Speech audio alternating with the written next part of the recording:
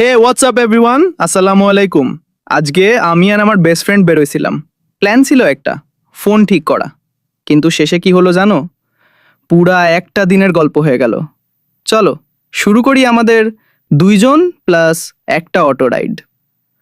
দুপুর 12টা, অটো ডাকলাম। উঠেই শুরু হয়ে গেল প্ল্যান। ও বলে শুধু ফোন ঠিক করে বাসায় চলে যাব। আমি বললাম হুম হুম, কিন্তু আমরা দুইজনেই জানি এটা হবে না। অটোর ঝান, গান আর আমাদের আড্ডা, এই 20 মিনিটের রাস্তাটাই আসলে মজার। রাস্তায় মানুষ দেখা, দোকান দেখা আর ভবিষ্যতের প্ল্যান করা। ফাইনালি দোকানে পৌঁছালাম। ফোন হাতে দিয়ে বললাম, ভাই ঠিক করে দেন। দাম শুনে তো আমার বন্ধুর চোখ কপালে। তারপর 15 মিনিটের দামাদামি যুদ্ধ। শেষে জিতলাম আমরা ফোন ঠিক। এখন বাসায় যাব? না ভাই, মার্কেটের সামনে চলে আসছি যখন একটু ঘুরি। একটু মানে 1 ঘন্টা।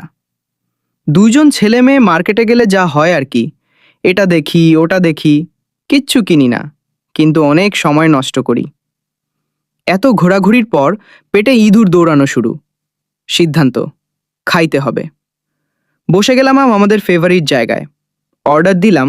মিষ্টি আর দই খাওয়ার সময় যে আড্ডাটা হয় না, স্কুলের গল্প, কলেজের গল্প, ইউটিউবের গল্প। আমি বলি আমি বড় ক্রিয়েটার হব, ও বলে আমি সাপোর্ট করব।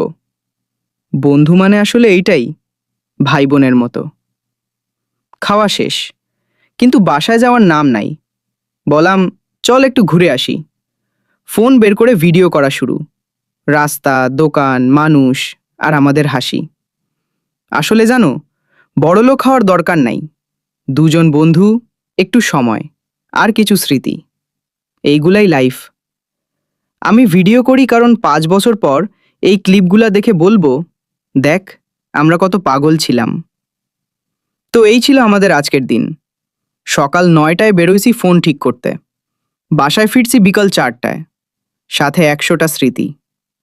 এই দিনের সব ফানি মুহূর্ত, বিহাইন্ড দ্য সিন, সব পাবা আমার টিকটক আর ফেসবুক পেজে। পেজের নাম NN সাজেদ 07। গিয়ে ফলো দিয়ে দাও। আর তোমার বেস্ট ফ্রেন্ডের সাথে লাস্ট কোথায় ঘুরতে গেছিলা? কমেন্টে